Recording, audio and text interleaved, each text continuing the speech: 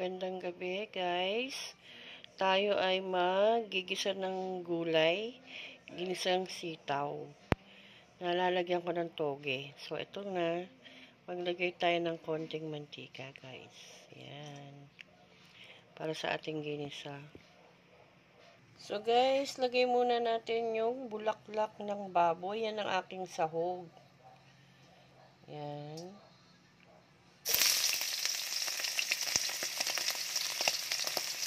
Yan. Pamantikain muna natin yan guys. So, pwede naman yan guys. Yung yung ating sahog na yan. So, depende sa inyo. Kasi, yung iba ang ilalagay giniling. Yung iba naman, ilalagay liempo. Ganun. So, sa akin, ito lang ang nasa rep ko, yung bulaklak ng baboy. So, ito lang ang aking sasahog ngayon at saka yung ating tokwa. Yes, yung ating tokwa. Lalagyan ko to ng tokwa, guys. Ayan. So, igigisa ko siya. Mamamantikain natin yan, guys.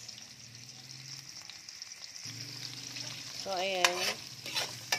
Inaan natin. Lutuin natin maigi. Ang ating bulaklak ng baboy. Nagmamantika yan, guys.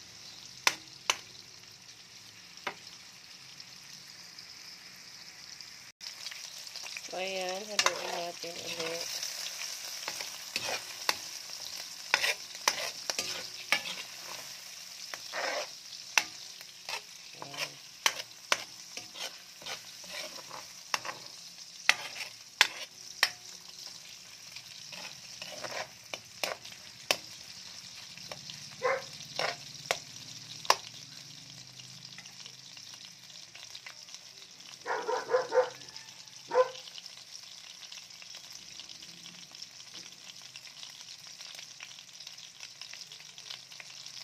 So, ayan guys. Nagmantika na siya ng husto.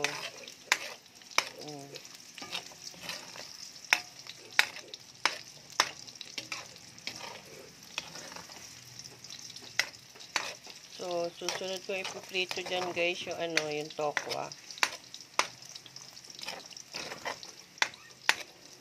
Okay. Hanguin na natin yan.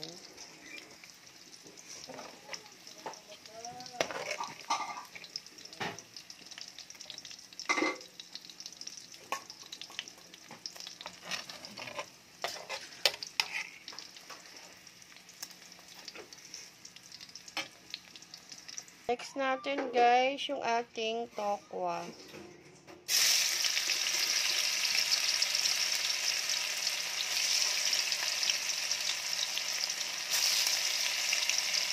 Iprito ko rin yan.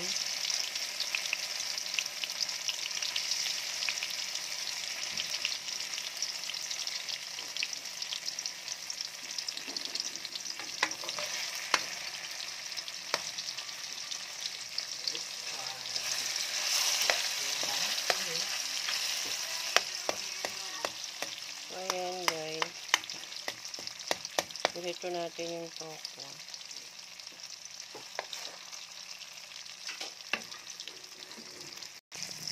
Ayan guys. Ano na siya. Medyo prito-prito na siya.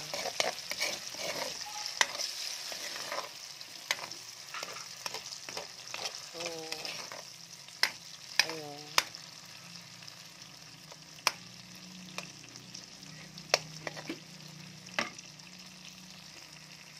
So, ayan guys. Ito na ating tokwa. Ayan. Sasahog ko yan. So, alisin natin. Siyempre. Saka tayo mag-start. Ayan.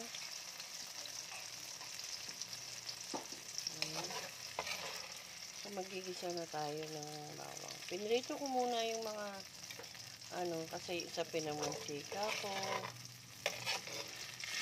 Ito naman pinito ko. Para hindi siya madurog. Diba? Ito nilagay ko sa gulay. Kasi pangit pag yung tokwa durog na durog eh. Yung makita.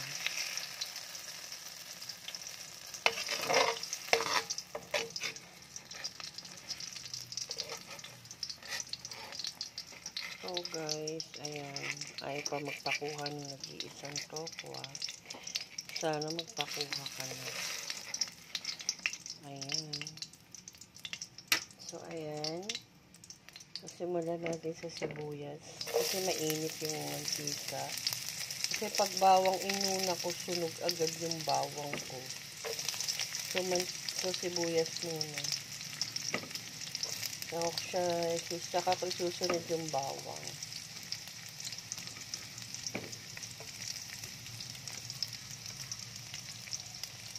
So, ayan. Maliliit lang yung hiwa. Ganyan lang. Ang sibuyas kasi ginisang gulay lang naman itong niluluto ko. Yun lang ang aming ulam ngayong gabi. Ayan. Sa panahon ngayon, isang ulam pwede na. Kasi iba maraming ulam. Siguro yun yung mga can afford. Tayo, isang ulam lang, pwede na sa atin yan. Next natin, guys, ay yung ating syempre bawang.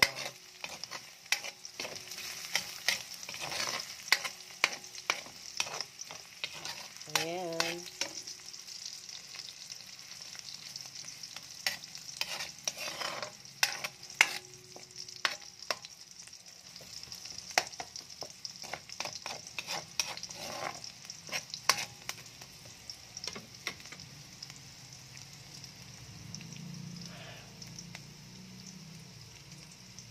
So, ayan guys. Sunod ko yung ating, medyo luto na yung bawang.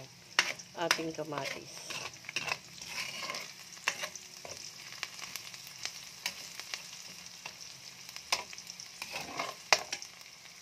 Next natin guys, yung ating kamatis. Ayan.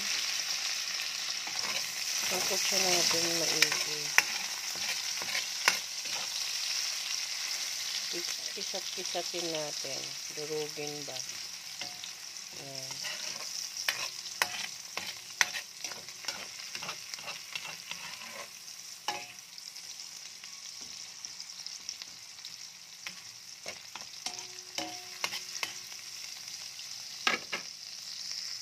Tapos, ilagay na natin guys yung ating sitaw. So, ayan guys. Ilagay natin.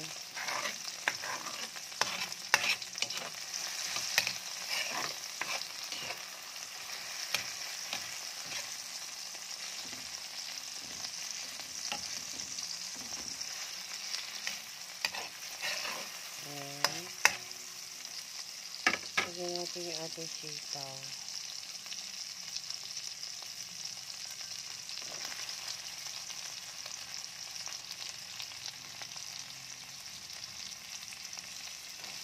Maraming sitaw natin guys. 2 tali yan.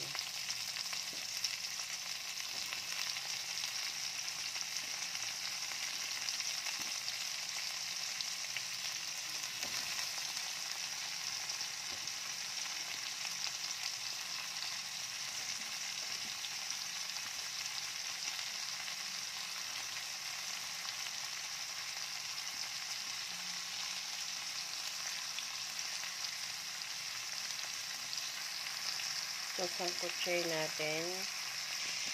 Ayan guys, haluin na natin.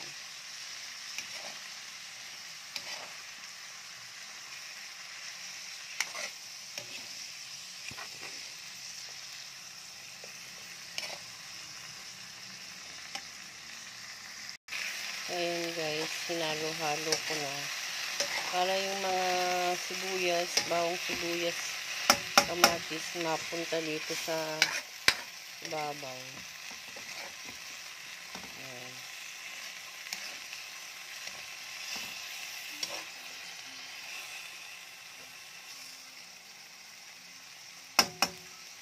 Tapos, lalagay ko na rin yung ating toge.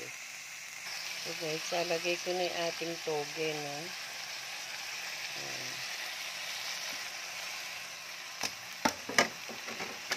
Para masabawan na rin natin.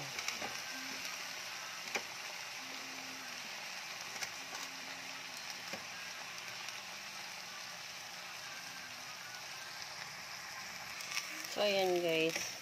Hinalo ko siya. Ayan. Hinalo ko. So, lalagyan na natin siya ng konting sabaw. Para, maluto ng naayos na yung gulay. So, ayan guys. So, lalagyan natin yung sabaw. Pinagkuluan to guys ng nung baboy. So, lagay na natin. Broth yun ng baboy. So, nilagay ko na, pahalian na natin siyang kumulo. Hanggang sa maluto yung ating gulay. So, takpan muna natin guys. Tayo natin kumulo. So, ayan guys, silipin natin yung gulay. Kumukulo na siya. Lagay natin yung sahog. Yan. Lagay na natin guys yung sahog. Yung tokwa at saka yung bulaklak ng baboy. Yan. So, haluin na natin. So guys, lalagyan ko siya ng konting toyo.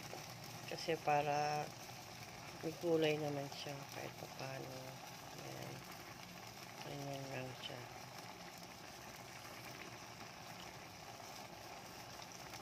Tapos paminta. Lalagyan ng paminta. Salt and konting asin. Salt, konting asin. Salt po o asin. At saka paminta. Yun lang. So, ayan na guys, ang ating ginisang sitaw na may toge. So, yan, luto na to guys. So, yun lang po ang ating menu for today.